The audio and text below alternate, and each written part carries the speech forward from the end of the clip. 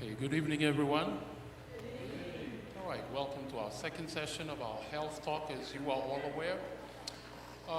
Hands up if you were here yesterday. Show of hands. Did you do your homework yesterday? All right, I'll ask for volunteers after this. Be ready, yeah? All right, so we'll just continue from where we left off yesterday. I just want to touch on specifically food, concerning the spiritual aspect of food, before we go on in the next few weeks on the physical aspects of food and how it can help you get better. So what was the first temptation that mankind ever got? What was it about? Who was the first person that was tempted by the devil? Eve. And what was she tempted on? Food. When Jesus was in the wilderness, after the 40 days of him being in the wilderness, what was his first temptation? Again, it was about food. So the first temptation you will always get is about food, because the devil knows once you're tempted on food, then he can conquer you spiritually. Yeah? So food has a very much spiritual impact on the body. Yeah? So in let me just check. Okay. In Ellen G. White's writing, she talks about how God is truly the author of the physical law, as he is the author of the moral law. His law is written upon every nerve, every muscle, every faculty entrusted to man, which literally means that God places as much emphasis on physical laws as he does on moral laws. We all understand how it is important. Also in the Bible it talks about how gluttony is a sin, and I am very much guilty of that sin, like a lot of us. So physical laws, breaking physical laws also puts you in sin. Okay, before we go on to the testimonials, I'd like to explain another definition for the rest of my talk in the next 2 weeks. What is disease? We have defined health. Health is a complete state of physical, mental, and social well-being, and not merely the absence of disease or infirmity. But what is this thing called disease and sickness? Give me an example of a disease.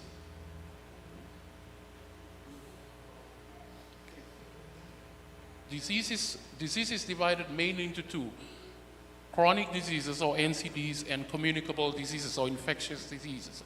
But what is this thing called disease, and what does it do in the body? Has anybody thought about that? Why do we have diseases? Is it good or bad? Who designed diseases into the body? You yourself. No, you didn't. You cannot create anything.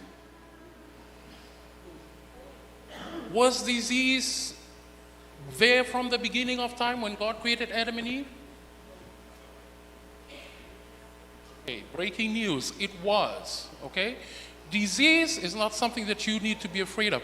Disease is actually built into your system. Disease is actually an attempt of the body to heal itself. So that design was there from the beginning. The only reason why disease was not showing up in the beginning, because in the beginning, man was perfectly healthy. When man started to break the laws and break the physical laws, introduce things into the body that were not supposed to be there, then the plan or the system that was set up by God from the beginning started to do its work of cleansing. All right? Do you get that? So if you don't break the laws, you don't get disease. Make sense? Only when you break the laws do you get sick. So sickness is by design, just as much as health is by design. So if I break the laws, then I will get sick. But it doesn't mean that the mechanism to cause disease is not already there. It's already there. It's built into your system. It's just waiting for when you break the laws, then it makes you pay. Does that make sense? So disease is nothing but a purification process. Makes you pay for when you break the laws. You cannot break the laws with impunity when it comes to physical laws, okay? So sooner or later you will have to pay. So in essence, disease is a purification process. It's your body cleaning up. So if disease is a cleaning up process, is it a good thing or a bad thing? It's a good thing up to a certain extent. Whenever I am sick, I'm happy. Because I know my body is cleansing and repairing. Okay? It's not easy, it's not comfortable, but it is doing a good job in me. Okay? So, all right, so here's where the catch is. Only infectious diseases are actually cleansing and healing. Whenever somebody gets a fever, and usually healthy people get fevers, or cleansing that happens in the body will come out as mucus. Anytime mucus is coming out, your body is cleansing, whether it's from the nose, the ears, the throat, anywhere, your body is cleansing. The problem is when you ignore these signs and you keep on doing exactly what got you sick in the first place, then it moves to chronic diseases in the internal organs. So the reason why people suffer from cancers, diabetes, heart disease, stroke, you name it, is because they ignore the signs that communicable diseases or infections are trying to warn you about. So every time you get a fever, you get runny nose, you get body aches, you get pains, it's like warning, warning, change your habits, change your habits. And you go, oh, this is self-limiting, it will go away. It will go away. It will start to build inside, okay? But if you listen to the warnings, especially for kids, you never get chronic diseases. So that's what I just like to define disease for us, to make us realize that infectious diseases are actually your body trying to clean house, but more importantly, your body telling you to change some things in your lifestyle to help you get better. Testimonial time. Somebody come up and give me a goal that you're working on for the next 2 weeks. If you don't come, I'm going to choose. What did we talk about yesterday? Goal, putting a date to a goal makes it a plan. Putting steps to that plan makes it a what? Sorry, putting a date to a dream makes it a goal. Putting steps to the goal makes it a plan. Putting action to it makes it reality. So I want to hear your dream. I want to hear the date. I want to hear the steps that you're taking and the plan that you have. Volunteers?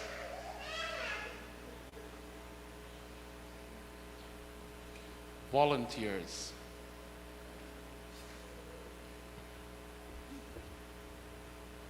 Anybody? You don't have to do it, but you actually telling everyone what you're going to do is going to help motivate you get there. I can change your life in 2 weeks. It really is that simple. You can change your life too, but it starts with something like a plan. You can speak in someone if you want. Okay. Oh. Volunteers? All right, thank you.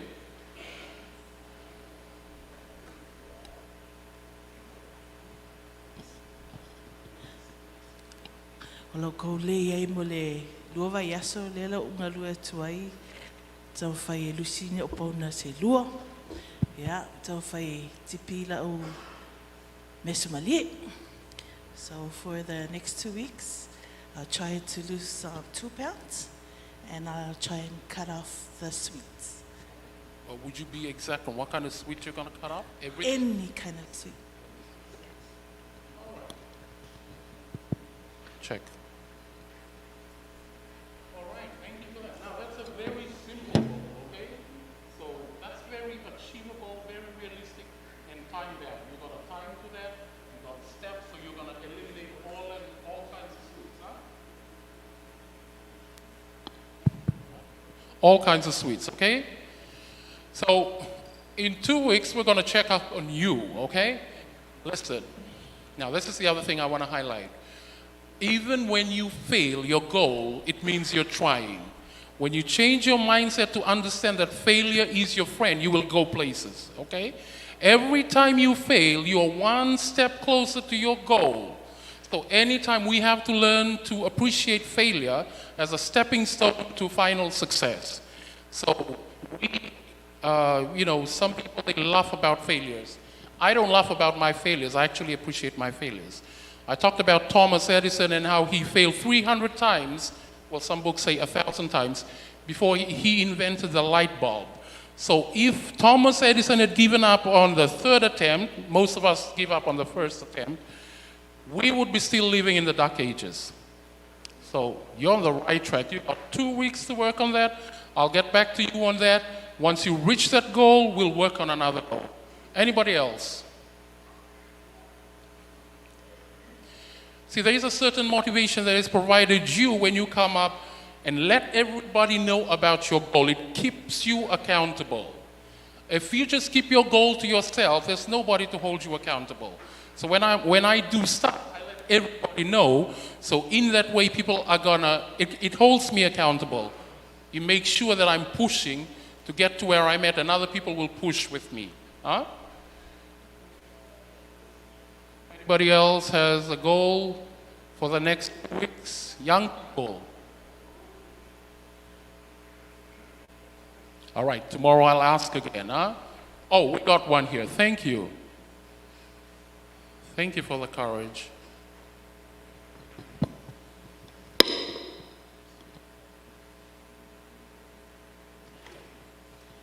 My goal is not 2 weeks. Just It's a successful goal. It's been like over 10 years. And that was the biggest challenge for me when one of my friends, because I had this goal and then I failed it. And then when she came back and she got me all that courage to move on with for that resolution of my life. And I feel a lot better. I feel light. I don't feel my hypertension never. Every time I don't have any like symptoms of, getting a blood pressure, high blood pressure, or diabetes. No, I don't have it. So it's a challenge not only, you doc, but everybody else there in our congregation. Yeah. So I feel a lot better. So it's not 2 weeks. Okay, it's a lifetime. It's been like so many years now. So you've been doing it for a while now. Oh yeah, many years. You want to talk about specifically what it is you're doing? Out of meat. Okay. Out of meat. And the oil I use, and I've been using that oil, is olive oil. So I use that oil, and I eat veggies, raw veggies, and fruits, Okay. Awesome. Thank you very much. So that's a testimonial to show in living color right in front of us where she's gotten to by having that goal for a lifetime. She's at a stage where some of us are just beginning to realize that we need to get there. We've got a few more minutes, but I'm happy that people are coming up to either testify or talk about reaching their goals. And we hope to talk about this more as we move on, and I'll give you tips on that. So from tomorrow, then I start on the actual topic that I'm going to talk on is New Start. What's New Start? N for, E for, W for, S, Sunlight, T-A-R-N-T.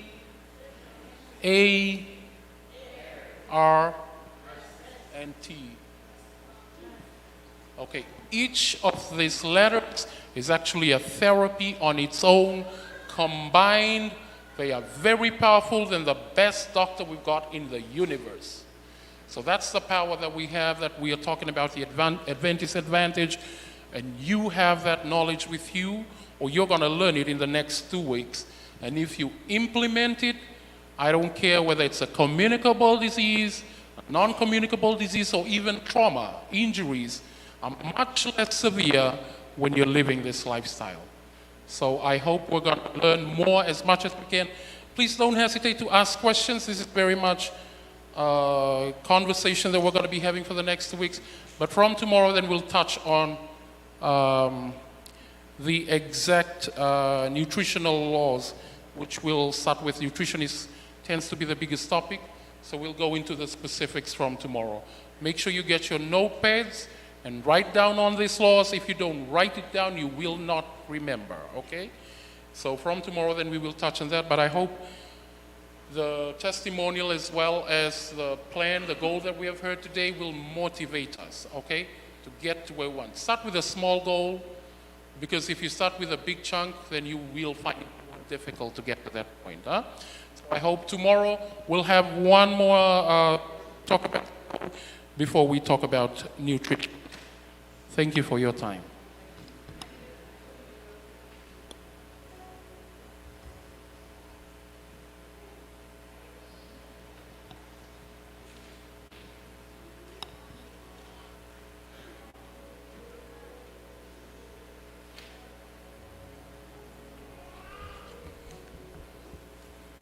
Ono whapea mai lai o la ingo le tua.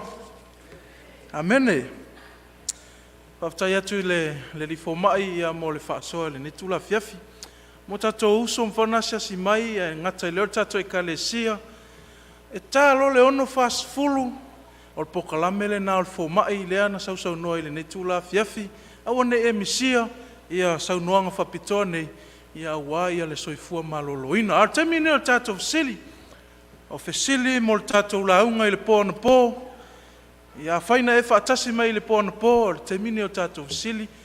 Ia tusi ia le tali lunga o le whaspepa na tuina atu i luma le tatou laulau. Ia ma tuina ai lau tali. Ia ona o tatou toe fo i eila ia e tali ina tatou fesili o le a whaasoa i netu la fiafi. Au tua le pō na pō, ai sea e tele ai pōpuanga. Ai sea e tele ai pōpuanga. Fesili mua. Tusi lava na o le tali lunga o lau pepa. Ia, e umanga i mai tamaitai e ao ina tatou pepa. Mo i lātou e le ini pepa po ni peni. Si tia i lunga lau a ao, e se itu ina mai pepa ia te oe. Ia tono naua iai. Ia tatou fesili mua. O fea na a mata ma whaai ua i le taua e tusa ma le whiau na pō. Tusi lalo le tusi o tusi pa ia le an talatala noa i whai launga na pō. Ia ma le mau, tusi lalo ma lau tali, ma le whai upu. O whea na a mata ai le taua, o whea foi na whaai ua i le taua. Sili nā i le pō na pō e tolu maka one e misia, e whaia mea lofa mo i lātou e sao ma lātou tali. Ia awala e te nofo ai tusi sau tali lalo. Sile lua. O ai le tā rako le ana tā ua i le whiau na pō. O le a fo i lana ngaluenga. Whai loa sua whai tolu i ana tā ua to le tā rako na pō. Whai loa fo le tusi. A e maua ina le tali mua. E te maua ina fo i ma le tali rona lua.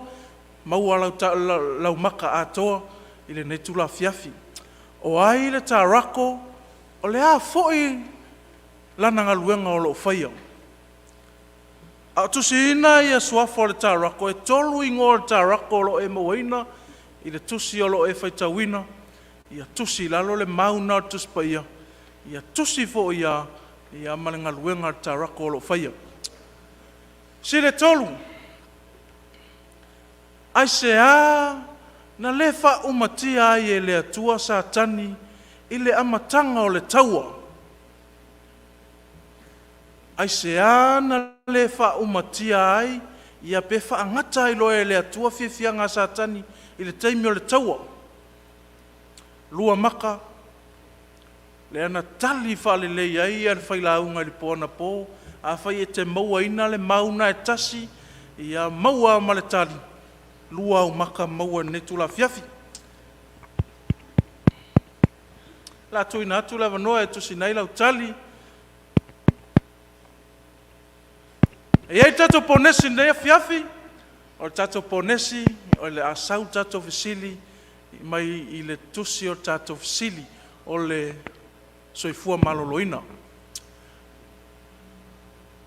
Ponesi, what is food? O le ale mea ai. Lenta ua ele fo mai an nafi. What is food? O le a ia le mea ai. Ia o le alo na wingo. Le na matua i mai o le lei lava na po. Ia le tali ia le fo mai.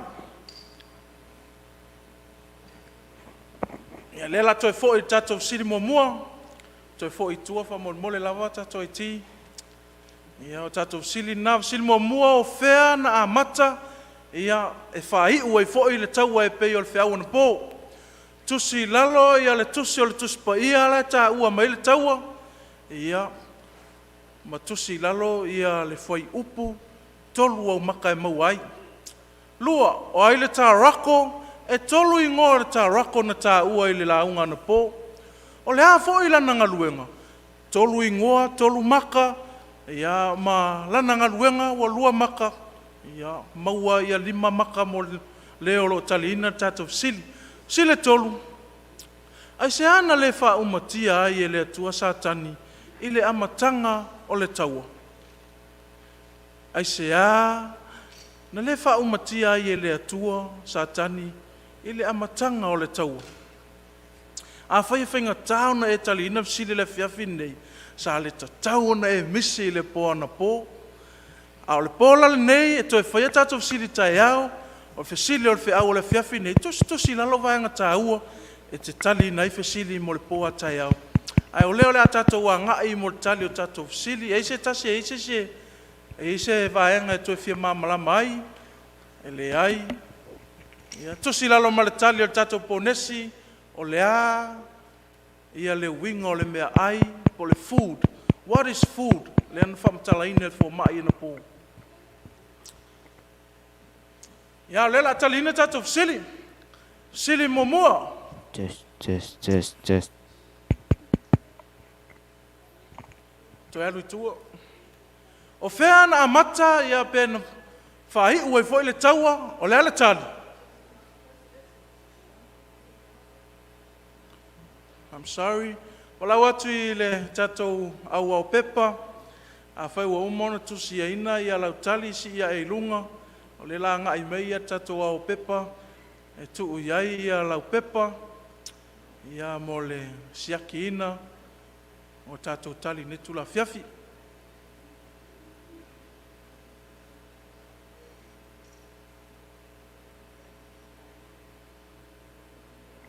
Check one, two. Tu ilunga lau pepa, ia o na tui na atula i o, a ngai atula i o tamaitai mo le au ino tatou pepa.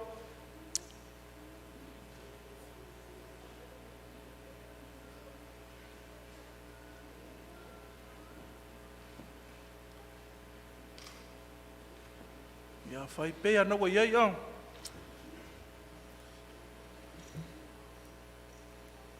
Tosi manino ai lo suafa.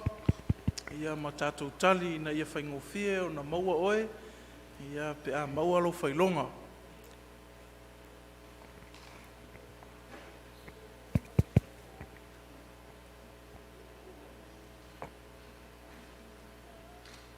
Ia whaftai.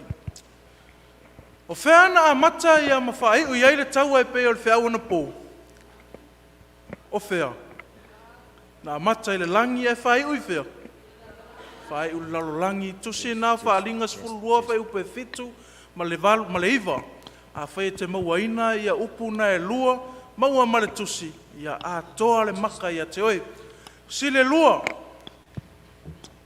O ai le tā rako o lea fo ila na ngaluenga o loo fai.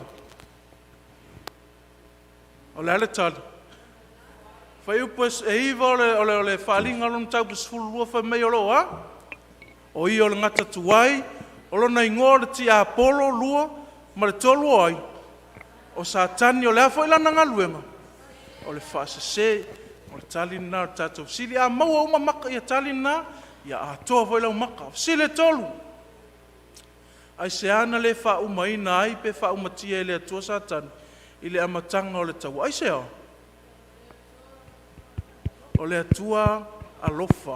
Nā o tali atu mua i o ane whawhai upe valu, o se le alofa, o le iloa e ia le atua. A wā o le atua o le alofa lava ia. Amene. Ma tato ponesi ne tula fiafi, what is food? O le ale mea ai. Ia, o le nā, whapea upol for mai, food is to nourish the body, make you healthy, make you beautiful, and make you smart. Ia, tau ina ia whamanuia mai lea tua tali ino tatou sili. Ia, poa tae au, awane misia tatou tali na fisili, ili teimi lava whape nei, wa ai al whiau le whiawhi nei e tusi lalo ia vaenga tāua, e whetalai mai ile atua ia ti tatou. A le asuia lau tau whafonga i le viinga ua tape nei ne lau whaipesi, whaftai mai manuia nea whiawhi.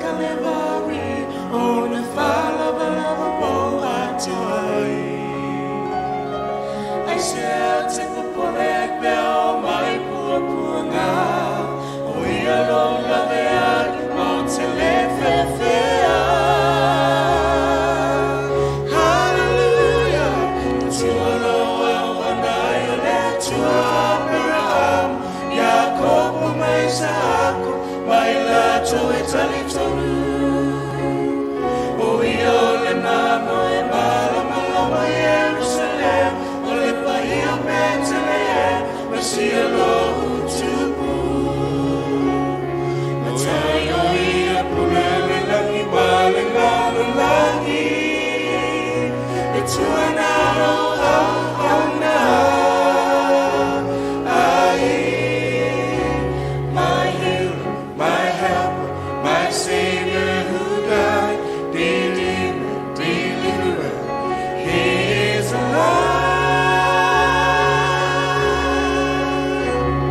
the God that I serve is the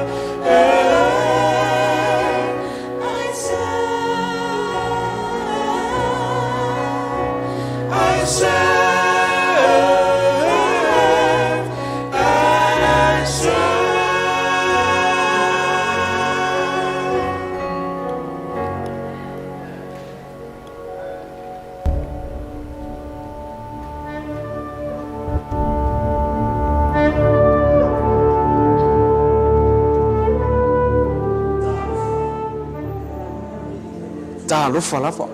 E maualunga le viinga I le atua, ona o le avanoa o le hawhaongaina I fo'i, lou talavou whaatau waa, au wā le laungaina o lana upu. Mo se avanoa fo'i e te tau ona matua whaatahawaina, ona o lana polo inga, ia whai I tātou masou, e whaasoa le tala lelei, ma le avea I mai anganga mo lana malo. O Janzen Muasau, o se au ona whaatau waa, o le alaungaina le au tui le nea fiafi, o le ale mea ua tupu I le sao ma le sese, o le ale mea ua tupu I le sao ma le sese. Ta lia fiafia o tō umai le nei tula fiafi, soifua.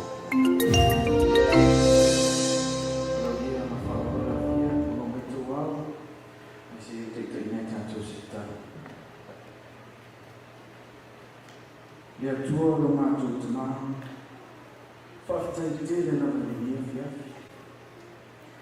Lea o lea whaasoa ina lo uwhiwhiwhia. Mafuta mai o ia e mātou ina le nia fiafi le tua. Whamanuia e whaafunga ama a lea whia. O Yesu. Amen. Nare te le iwa nei tangata lo o tafa. Iai, le nea fiafi. Via lili.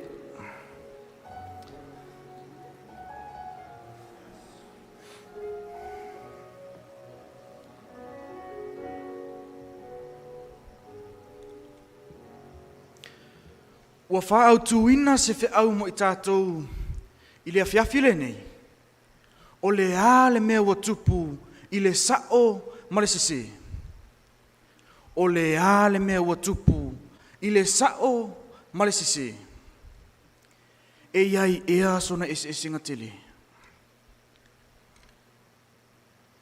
Na masau atu se tama I se tasi aso I le whare leo leo malona I te tele. Ua ta lepe le tangata rona whale mangoi mai ai le tele o mea tō tino taunga tāsa iai.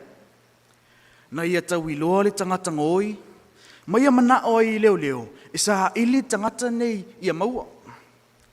Na ave tai leo leo, le tamaloa le nei, ma wha mata I ata o tangata so tu la fondo, manga oi o lo sa idia. I to tono le api o lo wha pi nai o la tau wata.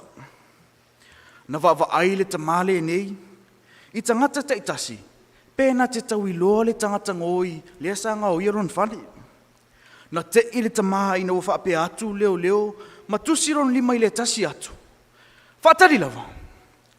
Ua te paha e tamaha, o loo tiro leo leo ile atam tusiron lima whaape atu. O oe lea. O loo whaapea mai fo nei. O loo iai lo tusaisai, ma se so tu la fono sa mo li ai oe.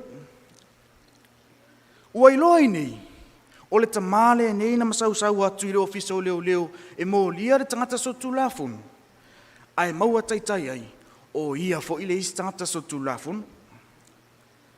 E fo linga mai, o sori ngā tu lafono mwe singa ua iso o se mea. E o lava ino fuanga e le mawhau e tupu ai. E I totonu o whale whainga ruenga. Totonu a onga. Whale o loa whai whaatau. Ma e ho lava inisi o wharesa. Mai leo na o sori ngā tūla whono fuafua ina lelei. Ua tupu tele lei toa I ngā sori ngā tūla whono lea. E whaatino ina e tangata taito atasi. Tala vou mai e mātutua. E au noa mani mori anga mua mua. Ua lātou ta whana ina mwhasi o tia tangata ino fuanga whaitele. Ai se au o tupu tele ai, nei sori ngā tūla whono. O ai o I tua I nei vevesinga, o le ale mea ua tupu I lo tātou lalolang. I atunu te tele matamau ainga, o te tupu mai ai sa ngā tupu langa fou. Tala vau o tu fesili, whai manatu ma wha amalienga tā. O ai o lātou whātaitai ai. O le tali, I le tele o taimi, e lātou te whātaitai ai I tangata ta alo lau I loa, po tangata whaafia lau I loa, I nei vae ngā taimi o lātou soifuanga. O le tele o taimi, e lātou te wa ai ai fo I ma o lātou whaalonga I o lātou mātua. O lo pepelo po ngā oi, e au noa mas popoli. E iai lava fo'i nisi taimi e lātou te awai atu ai lotu, o loo a ina ia le awa inga le nei. E leo toa iai se tapulaa o le sao po le sese o le atua soifua. O ana tu la fono, ua leo toa au ngā, ma ua faa leo ngā ina. Ua leo toa tā ua i aso nei, pe le mawhai fo i e stangata soifua, o na tau sia i atu la fono. Pe a le ai se tapasao leo langa, o le toa tele lava, ua fai o la tau lava lotu. O le mea lea ua sele ai laulangi o a inga male pelepe. Whanau lea o ina, masoli ngā tu la fono mtautia. I le tusio ho se valuaron wha upoe fitu, o lo whapea mai ai, na lātou lulu ina le matangi, o le mea lea lātou te sele mai ai lea wha. A o le fesile atu lai mai, o ai na whaatonu ina le sao ma le sese. E whape whea ona whamsino ina le sao mai le sese. E leo tangata li ea e iai fo i taimi e le ato tua i ai lato. O loo whamnatu mai e tuspa ia, iai tātou. O tātou e leo ni tangata e le lei, i le whamsino ina o le lei mai le sao. Whata oto e sfuma le ono whai upa lua sfuma lima. O iai le ala ua tonu i le manatu tangata. A o lona taunu unga. O le ala ia e oti ai. O le mea moni o tātou loto e le manao e iloa le moni e whaatatau i le sao ma le sese. O lo whaamanino mai e Paulo e whaapea i le lua Timoteo e whaalon whai upe tolu marwha. Aua e o iona pō lātou te le mawhai ai o na talia o na mata upu e o lai. A e tusa ma o lātou lavatu ina nau. Lātou te whaapoto ai a wao mo i lātou, ina ua wheu o lātou talinga. Lātou te liu e se foi o lātou talinga i le pumonu. A li liu watu i tala o le vavau. I oe, e whaanoa noa e whailo atu. Tātou te le maasani o na maua le saolotonga. E ala i whaatuatua nai, pe whaaleo ngā ina o le tula fonu. E leo se mea fau le mālamalama anga pe a ave ese le tapasa o le sao ma le sise. O le mea e tupu, o le vavao, ma le vivesi. O le whaataitainga. Pe a whai ave ese umala o papa whaasino ala, ma mo li whaasino mga ala, ma i lunga le ahuala. O le amatua ngau sā, ma vivesi lunga ahuala. Le ai, e leo le saolotonga le ola palaina o le tula fono. Tātou te le ola manuia fo'i. Pe a le manatua le whaavae o se soifuanga manuia. Amen. I aso la watea, na tuina mai ai e le atua le mea lilo laulangi, e le ai se so tu la fono e iai. Ana munmuri tae mau si tae e laulangi. Se manu e le ai ni son ngā tu la fono e peo na iai nei laulangi. Whapeni, o lo o ola fia, masaunga le mū tangata uma, i laulangi le nei o lo tātou ola msoifu ai. Hao tō lau wapi, le whanaunga Israelu, i au vai maunga o Sinai. Na whio mai ai le atua e whesa ngai mai lātou. Na ia whetalai atu i le soto e luas fulo lon whai upo e lua. O ha o i ovalo atua, o le na au maia oe na i le nuo ai kupitu, o le mea sa anofu polonga ai. Na mua lava o na whailoa mai le atua. O ia o le na au maia le nuo o Israelu mai ai kupitu, o le mea sa anofu polonga ai lātou. O ia na vaelua ina sami ula ula, o ia o le tausia i lātou. E nisi upu, na ia whaapea atu i le whanaunga Israelu. O te alofa ia te oe, whaatua mai atea. Na tuina atu e le atua, o na tu la fono pa ia. Ina ia lātou soi fua fi le mu, masaunga le mu, mai loa ia tangata. Le ese ngā o le sao mai le sese. Se o tātou mata pu vave lava i tu la fono na ia se fulu. Na ia feta lai mai ia mose i le maunga o Sinai. Ile e soto e luas fulu aron whai upo e tolu e whaangata e sifun marfitu. E tātou te maua inai, tu la fono nei. O le tu la fono mua. Aua ne i e whaia mo oe ni atua ese i o luma. Lua, aua te whaia mo oe se tupua ua tā, aua e te ifo iai, aua fo'i e te au auna iai. Tolu, aua e te tau fua le suafa o Iova lo atua. Wha, ia e manatua le asa pati e te whapa iaina. O aso e ono e te ngalue ai, ma whaia e o ngaluenga umalawa, au le aso fitu o le sa pati le ia Iova lo atua. 5, ia e awa i lo ta mama lo tina. Ono, aua e te whasio tangata. 7, aua e te murilua. 8, aua e te ngoi. 9, aua e te mori maupelo i le lua te toa oi. Ma le tula fono mulmuli. Aua e te manao i le fale o le lua te toa oi. Aua e te manao i le avaha a le lua te toa oi. Po lana au au na tane, po lana au au na fine. Po lana povi, po lana asini, po se tasi mea a le lua te toa oi. Na tu sia e le atua tula fono nei se fulu i papa maa e wha manatu mai ai i le tangata. Ona o le tangata e lo tongalu. E soto e tolus fuma tasi fe upa suma vadu.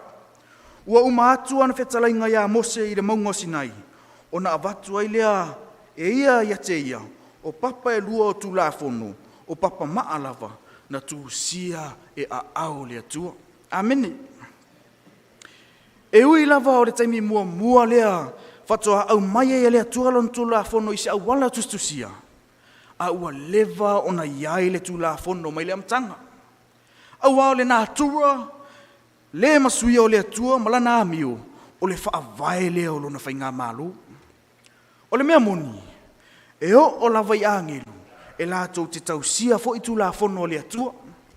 Lātou te whiriwhili pe muli i tula fono, pe lātou te ena fo. O le mea lea, na whaia e sa tani mana angelu, ina ua lātou te mai uai, ina tulia e se mai ai lātou, mai le langi. Whai mai le tuspa ia e whaalinga e sifuruma lua, alon whai upo e fitu e whaangata riva. Ua tau fo'i le tau e le langi, o Mikaeli mana angelu, ua lātou tau mana tāwako.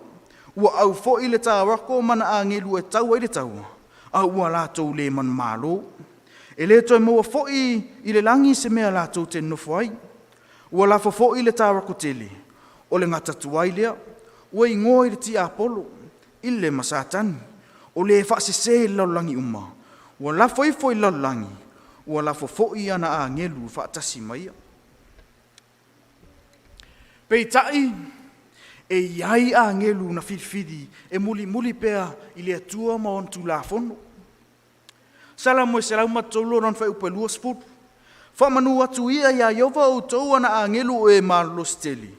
O e whaiara na fionga o lo whaalongo i lona si fafonga. Na sila fia fo ia atamu ma e vartu la fono le atua i e tena.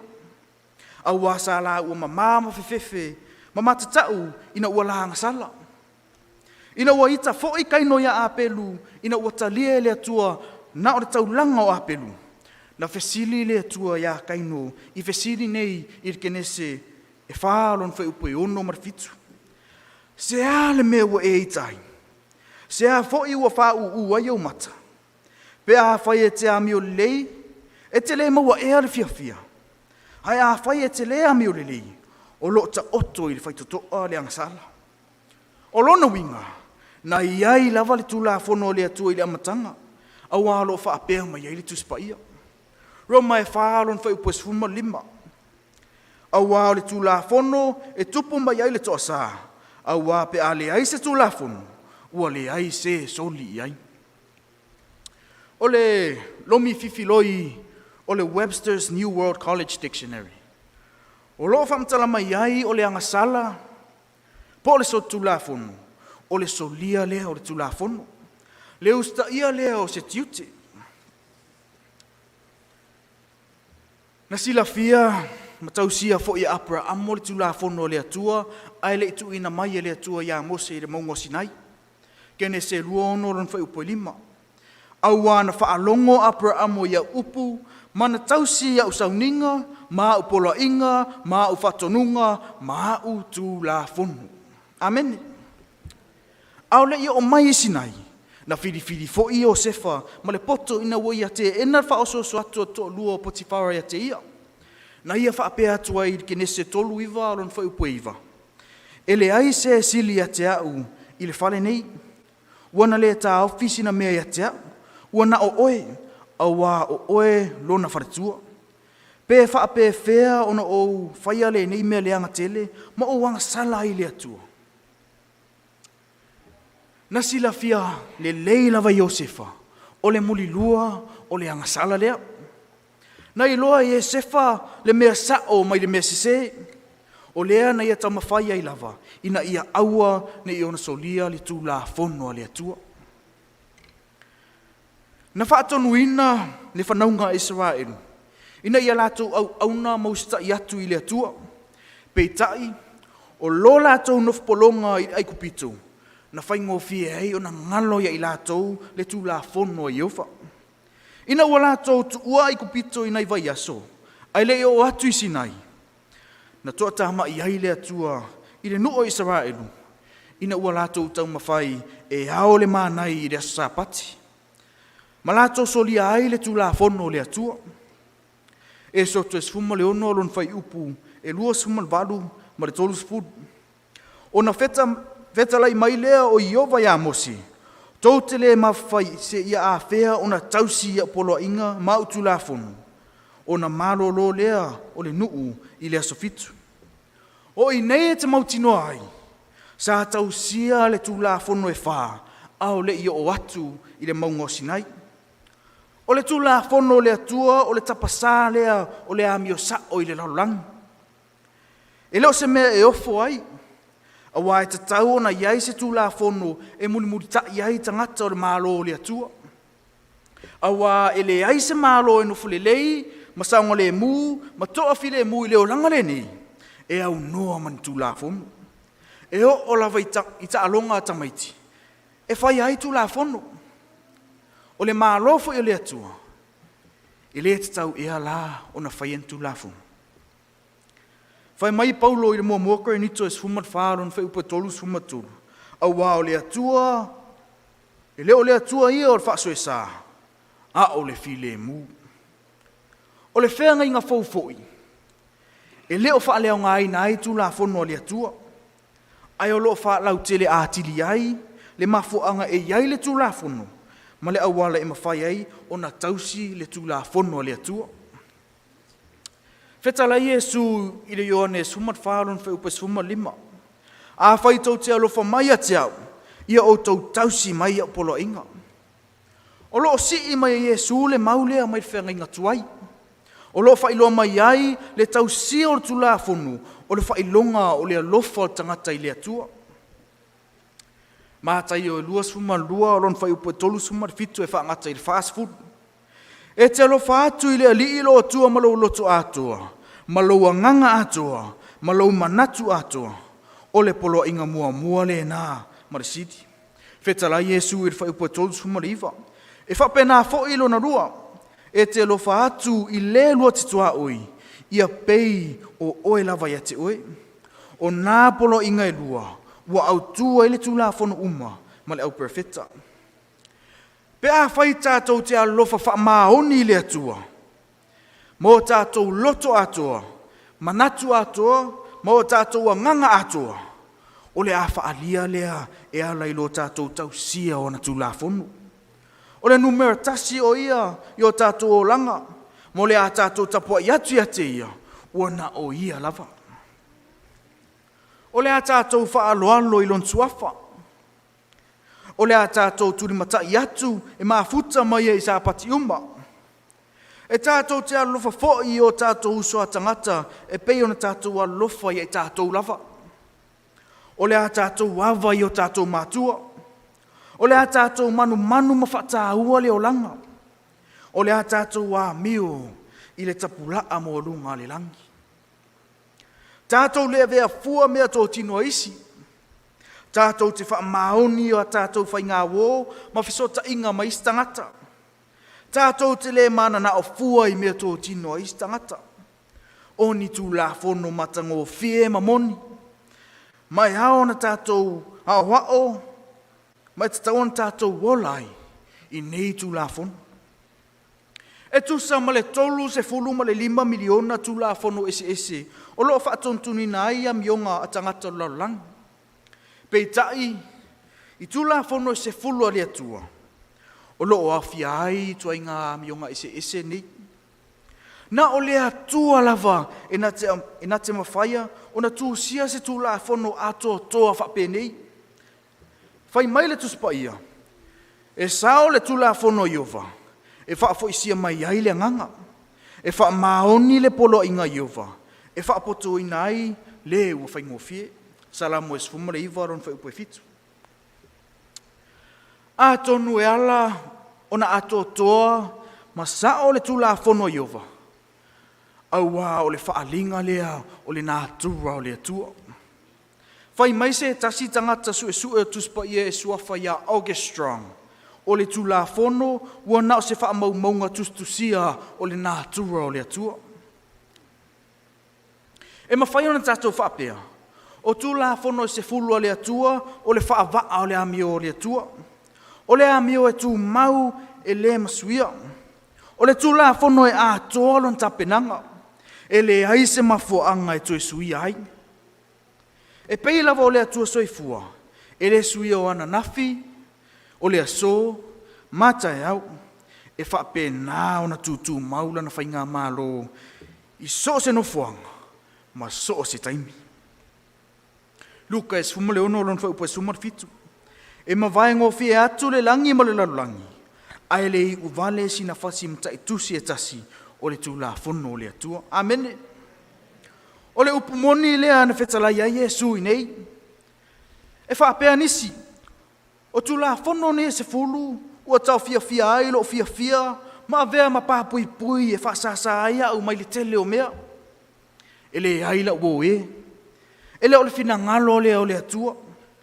E le imana o le atua e a vea tūlafono ma vea ma mafa, e le maua ai e le tangata le fia. Aina ia manatu, ina ia a vea lan tūlafono, o se pāpui mai ai, ma sango le muai tangata uma, mai whaanonoanga, ma whaafita huli o leo langa. O lona finangalo, ina ia avelan tūlafono, e mautinoa ai, le saolotonga, ma le saonga le mua tangata, o loo soifua, ma ola I laulangi le nei. Tata no me e 5 lon whai upo e 2 fuma le iwa. E, ana ia ila atou le nā loto e matatau mai ai ate au. Ma tau siusi e poloa inga uma, ia so uma lava.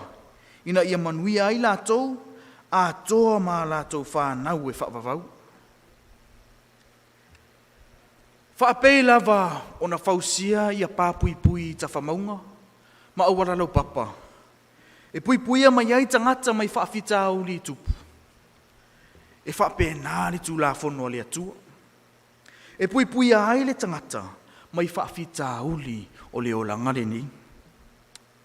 Ai le si mafuaanga o le tūlafono na au mai e le atua.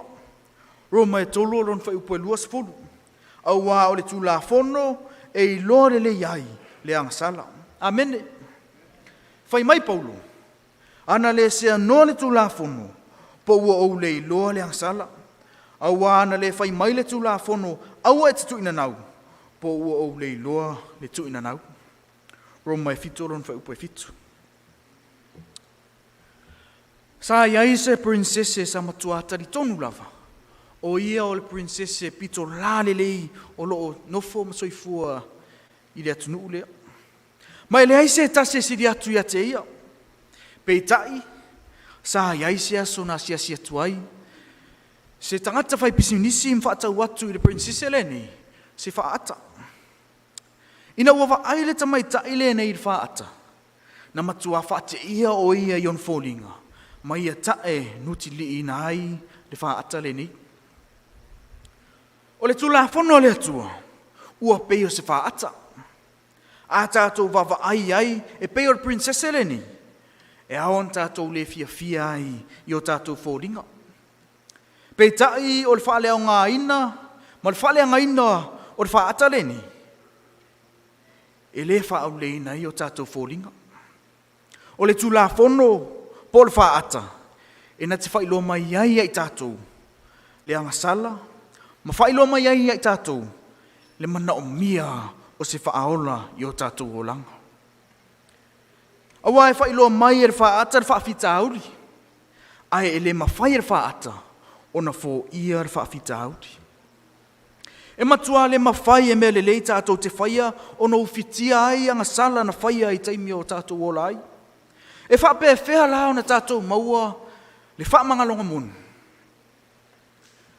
Whai mai le apostolo Paulo. Aua, a whaia na tuina mai se tū la whono e mawhai o na whaola inai. Po ua o mai lava le ami o tonu i le tū la whono. Kalatia e tolo ron whai upe luas fu matas. Pea na whai e mawhai e le tū la whono, o na whaola ina i tātou. Se manu e le man liulo tātou o li o keriso. Pea na whai foi e le tā ua le tū la whono le atua.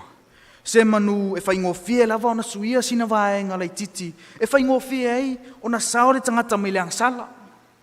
Pei tai e le whapena. Awa o le a mio le atua, o le alofa, ma le alofa muti muti vali. Pau lava le awala e whaasau ina i tangata mai le angsala. O le muri muti tai lea, i whaavai o lona maro. O le alofa lea, wao fiai le tūla whonu o le atua. Ai le i whaalea o ngā ina ai le tūla whonu, i le maliu o Yesu, e pei o le manatu o istangata. E mawhai ona e sila en mata upule nei e whape nei, e le aise tūla whonu, ua le aise angasala. Awa o le angasala, o le solia le o tūla whonu. E le aise tūla whonu, tātou te le mana o mia le lofa tūnoa. Awa o le alofa tūnoa, o le atua, e tātou te matua mana o mia, pe a tātou sori ina le tūla whono le atua. A tātou le mana o mia la le lofa tūnoa. Tātou te mana o mia foi, tātou te le mana o mia foi la le taulanga tongiola a Yesu i le sātauro. A tātou le mana o mia le sātauro. Tātou te le mana o mia foi se whaola. A tātou le mana o mia le tūla whono. Ua le ai se mana o mia o le lofa tūnoa. Le mana o mia se taulanga tongiola i sātauro. Tātou te le mana o mia se whaola. O le sātauro matanga i le maunga o Kalevario. O le whaamanatunga e whaavavau. O le tauna tutongi e le atua. Mo angasala laulangi. Pea na whai ua whaalea o ngā ina tūla whono ma ua suia. Se manu e le maliu Yesu. Se manu e le ai se taulanga i lunga o maunga o Kalevario. E le i fina ngalo le atua. E tu au noa angasala o laulangi. A e le i fina ngalo fo i le atua. E suia lan tūla whono. O lea. E mana o mia i le tangata angasala si whaaola. Mai whaafetai le atua. Mō lona alofa. Na ia malie ai. E tu ina mai no nā tali i pele to atasi. E whai masui tūlanga o i tātou. O te mana o i tātou te tau loto whaatasi mai le mau māsani le nei. Yo ane tolu alon whai upa sumo le ono. Au wā ua whaapea lava o nol wha mai le atua i lalulangi. Ua ia au mai ai lo nā tari i pele to atasi. Ina ia le whano se atasi e whaatua tua ia te ia.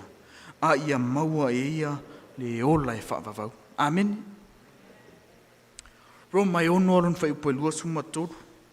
Au wā o le oti o le totongi le o le angsala. Nga o le ola e whaavavau. O le mea fua i fua ina mai lea e le atua. I lo tātou alii o ke riso Yesu. I oe, o le alofa o le atua na ia au ina mai ai le mea alofa o lona alo. Ina ia tātou fia whaatasi maia i le ola e whaavavau. O lo tātou sa ili ātili i le nei mea alofa. Tātou te iloa ai e le ai se mea na tātou whaia. E tātou te angava ai i le nei mea alofa fua i fuaina. E whetso e lua whai upo e varu mareiva. A wao le alofa tūnoa ua whaola inai o tau i le whaatuatua. E le mai ate o tau fwoi lea. A le mea ua fua ina mai e le atua. E leo na o anganuenga. Ina ne imita mita i se tas. E mawhai o na fisidi nisi. A whai e whaola ina tātou i le alofa tūnoa. Ua tātou sa o loto ea la e ola i se olanga leusta. Le ai. Tu sia e Paulo e whaapea. O le nei, sea ea sa tātou upu. Tātou nofo pea ea i leang sala. Ina ia whaatele ai le alofa tūnoa. Aua nei whaapea. O i tātou o oti la leang sala. Pe whaapea wheo na tātou wola pea iai. O le whaolatanga. Wofo ina mai i lātou e whirifiri. E whaasao loto mai i leang sala. Ma avea i lātou. Matangata o le mālo i le lang. A whaapea o loka ina se tasi ona o le whasioti ina o se leo leo. A ua whaamangalo ina ma ua sao loto. Ua tanga ea i le nā tangata. Ona toi alu atu ma whasioti i si leo leo. E le ai. Ona o lea ua tu sao loto ina. E tali tonu o le manatu o lea tangata. E tausi mausita i le tulafono. Ina ia aua ni toi loka ina o ia. Pea tātou talia le whaamangalonga ke riso. Nā te au maia whaatasi ma le mana e tausi ailan tulafono. A wana ia folfola mai le e peru e valu lon whai puesfuru. O te tu ina atu o tulafono i o lātou ma faufau. Ma o tu sia i o lātou loto. E whai fo i au mo lātou atua. E whai fo i lātou mo nu. Amen. E whai ngō fie ia o na whaatinu ina o se mea e te fia iai i aso uma. A ea. O le folfolanga le nā le atua. Lātou te whirifili e muli a te ia. E nā te tū sialan tū la fono i o lātou loto. Ina ia lātou fia e tausi ma muli i tū la fono le atua. O le alofa o Yesu. Na ia au ina mai ai lona ola. Ina ia whai ma sui tūlanga i tātou. Ioanes 5:5. Pei ona o tau sia polo inga lo tamā. Ma o tu maui lona alofa.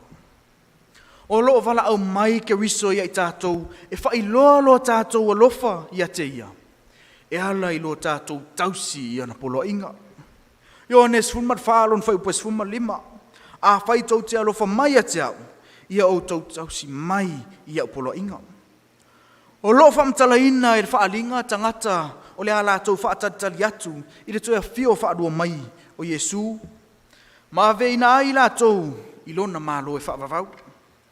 O loa whetalai mai le atua e whaatatau ia i lātou ni, i le whaalinga e sfurmarwha, au lona whai upu e sfurmarlua. O le mea lea, ua iai le on sa'i o le aupa ia. O le mea le ni, ua iai e ua tausi polo inga le atua, ma le whaatua ia Yesu. Amen. Peitai, e le whai ngō fie o na tupu le nei vainga. Au ana i lo atu e o ane nei, o le a tausi polo inga le atua. O tangata ia, e la tau te polonga, puapua ngā, masaua ngia i lātou, i aso e ngatai. Whaalinga e suma lua whai upa suma fitu. Ua i ta fo i le tā rako i whawhini. O nā ruatu ai lea o ia e tau le tau a mai lātou, ua tutoe o lan whanau. O e ua tausi polo inga le atua, ma ua tā ofi le mau ia Yesu Keriso. Ai se a la, o le a tātou tausi ai pea i nei tu la funu. O na foi, o le ua tātou a lofa moni a Yesu Keriso.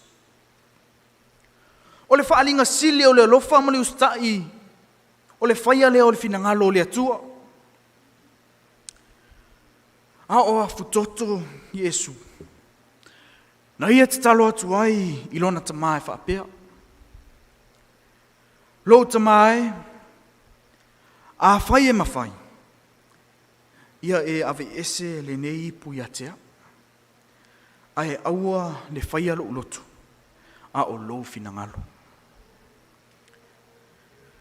A o lolo ngia le whaole tanga o lolang. Petu ina ese ea, ele talavou Galileia, lona ola, ma mea uma, e maliu ai Kalevario. O le a ia whaapea atu ia oti tangata i lanang sala. Le ai. Whawhetai a Yesu na ia whiriwhiri e hamo to atasi le sa tauro mo au. Whawhetai na ia whiriwhiri e maliu mo au wangsala. Na ia maliu i le maliu e tatau mo oe mahau. Ina ia tātou wola e whaavavau ma ia. Na ia whaia umalava ona olona alofa. O le alofa lena, e te tau ai ona tangi lo loto. E te tau ona whao sofia ai lo loto, e te alofa atu i a te ia. O ta ngata o le atua, lātou te alo lofa i lo lātou whaola. O so se mea ina te whai atu ai, e lātou te whai alea. Lātou te wha ali atu lo lātou alofa i a te ia, e ala i le whai alona finangalo. Lātou te fia soifua, whaape ona soifua o ia. Ma lātou sava vali i ona ala, e pei ona sava vali ai o ia. Lātou te fia muli i le whaatonunga whaingoa fiele nei.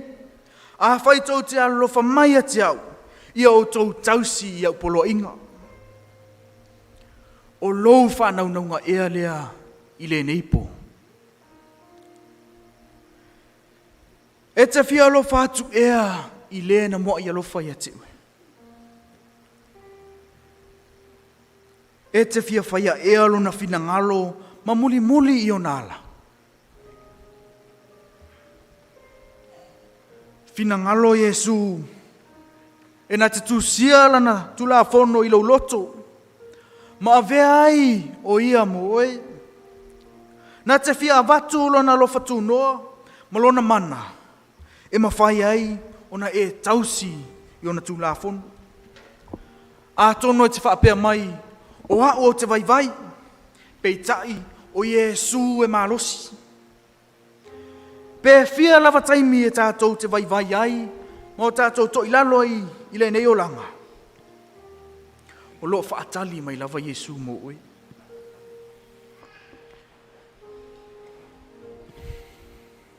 Pe te talo whaatasi mau. Whaapea. Lea li e, o te tuina atu au nei mo oi. Tu sia au tu la fono i lo loto. O te fia tausi au tu la fono. Au au te alofa i a te oi. E te fia te talo i le talo lea i le neipo. Pe a whai o lea. Pono mali e ifolo wau. O tui na atu a tolo loto ia Yesu. A o langi ina rvi inga.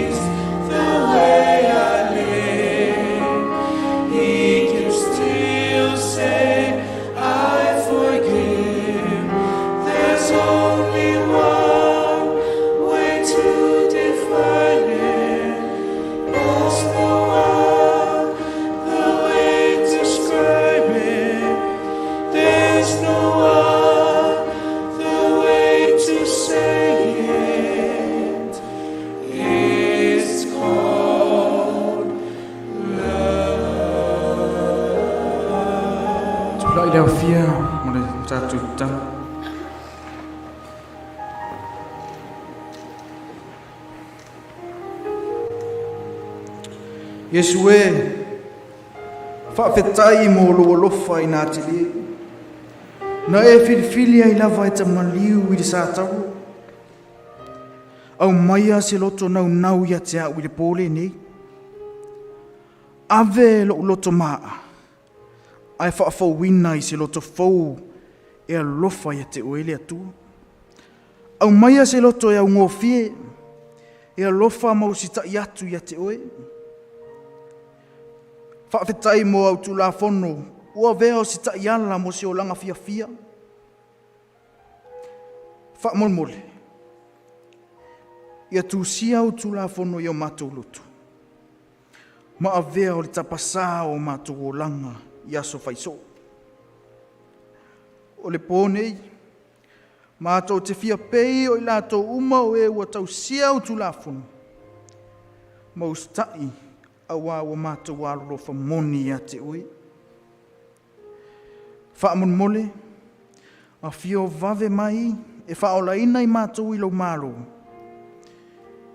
Pe a ia fio mai le atua, mana tua I mātou, e whaatasi mai, e whaataritali I loto ia fio mai. Fisosoani mai ia vea I mātou me e o tau siusi au pola inga. Ma le mau ia Yesu. O mātou talo tuai, e ala ia Yesu. Amen.